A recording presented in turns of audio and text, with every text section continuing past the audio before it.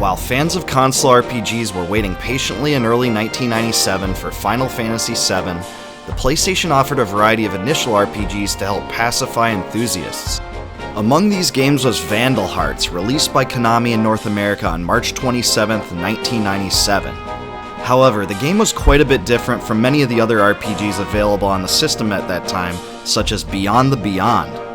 There is also a clear contrast between Vandal Hearts and Suikoden, which was also published and released by Konami.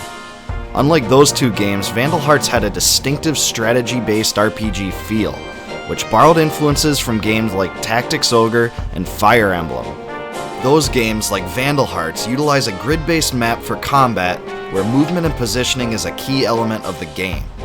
Those who discovered Vandal Hearts near when it came out were in for a treat, as the relatively unique battle system and dark brooding story brought hours of gameplay to those who picked it up. Also, Vandal Hearts offered a huge variety of characters, the number of which grows as you progress through the game. After playing the game for just 5 minutes, it's easy to see how story-driven Vandal Hearts is. 15 years before the beginning of the game, a group of rebels began to resist the powerful Holy Asha Empire. Among them was Eris the Sage, a popular figure that united various anti-imperial factions against the government. These factions formed the Liberation Army, overthrew the Empire, and established a republic. The player begins the game as Ash Lambert, leader of the 3rd Platoon of the Ishtarian Security Forces. He is joined by his friends Clinton Diego in opposing corruption at the highest levels of government. Indeed, Ash and his friends suspect a conspiracy at the very highest levels of the Republic. Because they reveal their skepticism, Ash and his friends come within the crosshairs of the Ishtarian government, who begin to question their loyalties and their purpose. Betrayal, murder, tyranny, and justice are all important themes that this game explores. The combat and gameplay are probably the most important and defining characteristics of Vandal Hearts. Battles take place on grid-based maps, each with its own unique look. Depending on the scenario, maps are filled with bridges, buildings, hills, and water, and they all have varying elevations for different parts of the map. One of the best parts of Vandal Hearts is using the maps to your advantage by positioning your characters in the right place for each moment.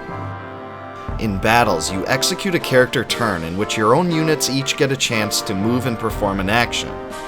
Then, the enemy gets a turn and enemy units have the chance to do the same. The turns then rotate until you complete the objective or are defeated. Although some of the battles can take a long time, character turns are swift enough so that it doesn't really seem like it. The combat was just constructed very well in Vandal Hearts, and it really is one of the most enjoyable aspects of the game. One great thing about the combat is that it revolves around unique battle objectives. Unlike some other strategy games of this type where the goal is simply to kill all enemies on a given map, Vandal Hearts often provides alternate objectives that force the player to make more battle-specific choices. Another interesting facet of combat is that it is bloody. In fact, that's the understatement of the century. When you defeat enemies in this game, blood spurts all over the place. It's a bit over the top, and it's almost comical how extreme it is. I can definitely remember being surprised about this the first time I played the game. That said, I ended up liking the choice because it adds to the dark theme, and almost no other RPG has ever done something like this. Whatever one thinks about these blood geysers, it certainly became a distinct part of the Vandal Hearts franchise. While the background graphics in Vandal Hearts are 3D rendered, the characters and enemies themselves are sprites. The backgrounds aren't the best example of 3D rendering of PlayStation content, but at the time they were pretty good, and the spinning camera during combat helps the player get a grasp for the feel. For its time, the game also offered some of the best sprite animations that had ever been seen to that point, including swirling swords, slicing weapons, spellcasting motions, and flying arrows. This may seem like a mundane characteristic, but these animations undoubtedly provided a more realistic feel that the game is notorious for. For its time, the graphics of Vandal Hearts look pretty good, though they're not spectacular. This was in an age before many of the RPGs on the PlayStation had gone to full 3D, but I actually think Vandal Hearts holds up better than some of its 3D counterparts. The soundtrack of Vandal Hearts is quite distinct, and it uses a lot of horns and drums unlike other games. I can't say I thought it was as memorable as Konami's other game from that year, Suikoden, but it still was very good and quite unique for an RPG. Out of all the qualities that make Vandal Hearts worth playing, the storyline should be at the top of the list. The serious nature of the plot makes it an original offering in a world where most RPGs opted for a more optimistic feel. Well, this game is hardly that. Instead, it's actually quite unrelenting, and calling it dark is no exaggeration. There are parts in the game where the slaughter is almost over the top and so malevolent that it stands out immediately.